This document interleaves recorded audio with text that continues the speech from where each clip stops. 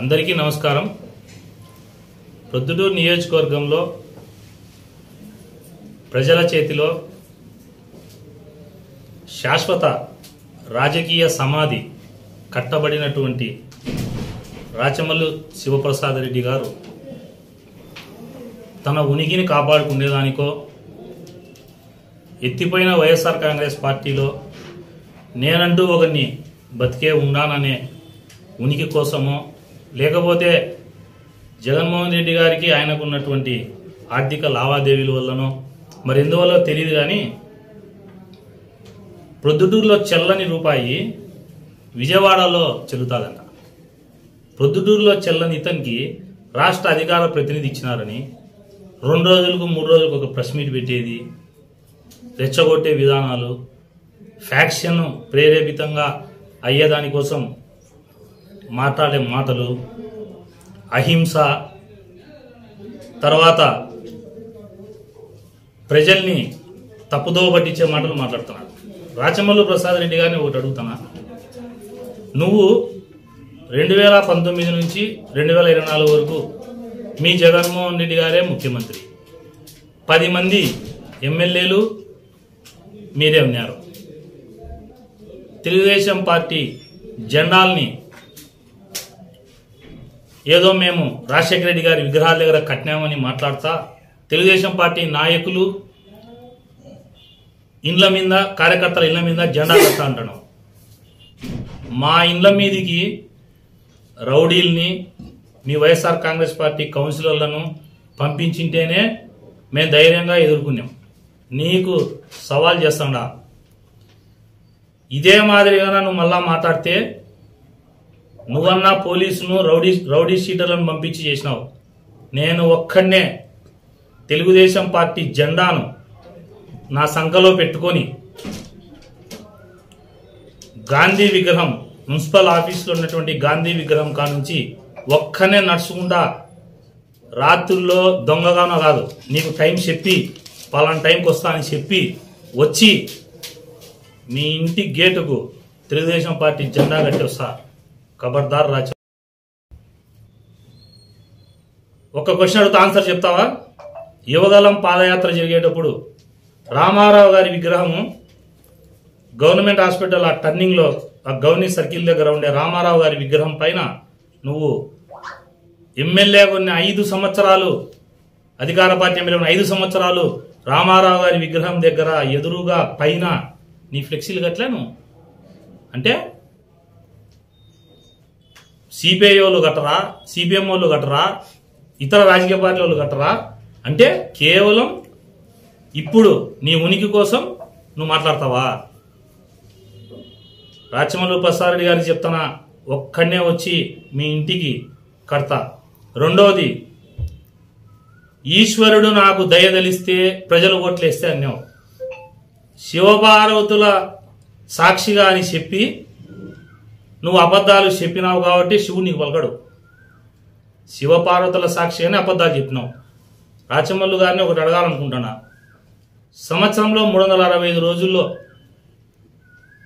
నీ పెళ్లి రోజైనా, నీ పుట్టినరోజైనా, లేదా పండగల రోజైనా ఒక్కరోజు 365 రోజుల్లో గుండె మీద చేసుకొని ఈరోజు నేను అబద్ధం ఆడలే, అన్ని నిజమాన్నే అనే ఒక్కరోజు చెప్తావా? 365 రోజుల్లో ఒక్కరోజు చెప్పు. రాచమల్లు శివప్రసాద్ రెడ్డి అనే లాంటి వ్యక్తి ఎలాంటి వాడంటే, ప్రజలు అతనికి పశుపతిని సినిమాలో ఎట్టా సమాధి కట్టినారో రాజకీయంగా రాచమల్లు ప్రసాద్ రెడ్డి గారిని అట్లా సమాధి కట్టినారు. యువగలం పాదయాత్రలో ఇదే విజయకుమారాల సర్కిల్ నుంచి ప్రతి ఒక్క షాపు ముందర దౌర్జన్యంగా ఆ రోజును ఫ్లెక్సీలు కట్టినావు. మరి నీ మాదిరి ఎక్కడ మేము దౌర్జన్యంగా కట్టలే. స్వచ్ఛందంగా ఎక్కడ ఖాళీ ప్రదేశాలు ఉంటే, ఎక్కడ కూడల్లో, సర్కిళ్లలో అది ఆనవాయితీ. ఒక్క తెలుగుదేశం పార్టీ ఒక్కటేం కట్టలే, అన్ని రాజకీయ పార్టీలు కడతారు. దానికి మాట్లాడతావు. ఇంకొక పాయింట్ మాట్లాడినాడు మొన్న, తెలుగుదేశం పార్టీ వాళ్ళంట ఎక్కడైనా గ్రామాల్లో కానీ వార్డుల్లో కానీ అంట తిరిగితే ప్రజలు మీ మొహాన నువ్వు చెప్పిన అబద్ధాలు 3 చెప్తా, ఎక్కువ చెప్తే కనుక ప్రస్తుతం సమయం లేదు. తెలుగుదేశం పార్టీ జెండా ప్రొద్దుటూరులో ఇట్లా చూపించావు, నా కంఠంలో ప్రాణం ఉండగా ఏర్నేనని. అంటే ఇప్పుడు ఏమైంది? మళ్ళా అప్పుడు ఏం చెప్పినావు? ఇదే నాకు లాస్ట్ ఎలక్షన్లు 2 మా వారసులో యువకులో పోటీ చేస్తారన్నావు. ఇంక నీకేంటికి అల్లరంతా? రోజు ప్రెస్సులు అనిపించడం, ప్రెస్సుకు పెట్టడం, తెలుగుదేశం వాళ్ళ మీద అవాక్కులు చవాకులు పెరగడం. సవాలు స్వీకరించు, నువ్వు టైం చెప్పు, డేట్ చెప్పు. నేను ఒక్కనే, ఎవ్వరు పోలీసు వాళ్ళని పిలుచుకరాను. ఒక్కడి ఎవిడెన్స్ కోసం ఒక్కడిని పిలుచుకొస్తా, ఫోటో తీసేవాడు ఉండాలి కదా. మళ్ళా నువ్వు ప్రవీణ్ రాలే, ఎవడో వచ్చి కట్టిపోయినాడని నువ్వు మళ్ళీ అబద్ధాలకు తొలగిస్తావు. రాచమల్లు ప్రసాద్ రెడ్డి గతంలో చెప్పినా ఇప్పుడు చెప్తున్నా, నువ్వు నిజంగా శివాలయం సర్కిల్లో గొంతు కోసుకొని పడిపోయినా కూడా రక్తపు మడుగుల్లో నువ్వు గిలగిలా కొట్టుకుంటా అంటే దారిన పోయే పొద్దుటూరు ప్రజలు చూసి రాచమల్లు ప్రసాద్ రెడ్డి ఈ పొద్దుందో కొత్త యాక్షన్కో కొత్త డ్రామాకో తెరలేపినాడు, రోజుసేపు ఉంటే గనక లేచి ఇంటికి పోతాడులే అనుకుంటారు. మన్నా ఒకటి మాట మాడతాడు, మేము జగన్మోహన్ రెడ్డి మేము అబద్ధాలు చెప్పలే, నిజాయితీవంతుడు, అందుకే జగన్మోహన్ రెడ్డిని నమ్ముకొని మేము పోయినామని. నీ అటోళ్ళకి టికెట్ ఇచ్చి జగన్మోహన్ రెడ్డి సంకనాగిపోయినాడు. ఇంకా జగన్మోహన్ రెడ్డి అనే వ్యక్తికి నిజంగా తెలివింటే, జగన్మోహన్ రెడ్డి అనే వ్యక్తి నిజంగా రాజకీయ నాయకుడైతే అసలు నీలాంటోనికి అధికార ప్రతినిధి పదవి ఇవ్వడమే తప్పు. పదే పదే ఎలక్షన్లప్పుడు వర్క్ అట్ హోమ్ చేసి అతనికి టికెట్ ఇచ్చినారని అవహేళనగా మాట్లాడి లాస్ట్కు వర్క్ అట్ హోమ్ చేస్తావని చెప్పబడిన వ్యక్తి చేతులు ఓడిపోయినావంటే ఇంకా నీ పరిస్థితి ఎంతో పొద్దుటూరులో నువ్వు ఆలోచన చేసుకోవాలా.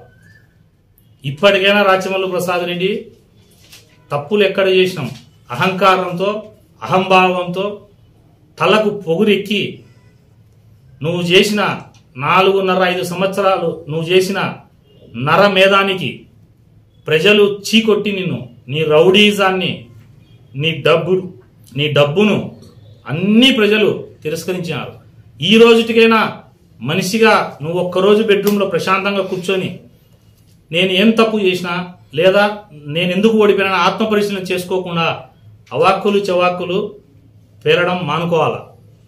టైం చెప్తే జెండా కడతాం. రెండవది, నువ్వు అంటున్నావు కదా అధికారం వస్తే అని, ఉన్న రోజే నువ్వు కట్టకుండా కార్యకర్తలు నాయకులను, తెలుగుదేశం పార్టీ నాయకులను కార్యకర్తలను కాపాడినా.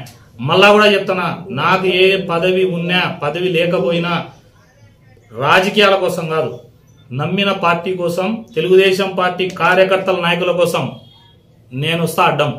నువ్వు ప్రభుత్వము రాదు నీది.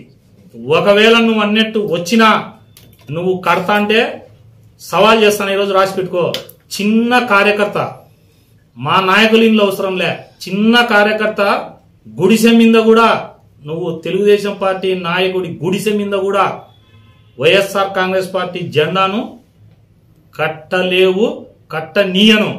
నేను ఉండగా తెలుగుదేశం పార్టీ నాయకులకు కార్యకర్తల జోలికి నీ ఆగడాలు ఎప్పుడు ప్రతిపక్షంలో రోజు ఎదుర్కొన్నా. ఇప్పుడు అధికారంలో ఉన్నాం, అయినా కూడా మేము ఏ రోజు నువ్వు మాకు చేసినట్టు చేయలే. ఈ రోజు ఎందుకు మాట్లాడాల్సి వస్తుందంటే, నువ్వు హద్దు అదుపు లేకుండా మా ఇళ్ళ మీదకి వచ్చి జెండాలు కడతావా?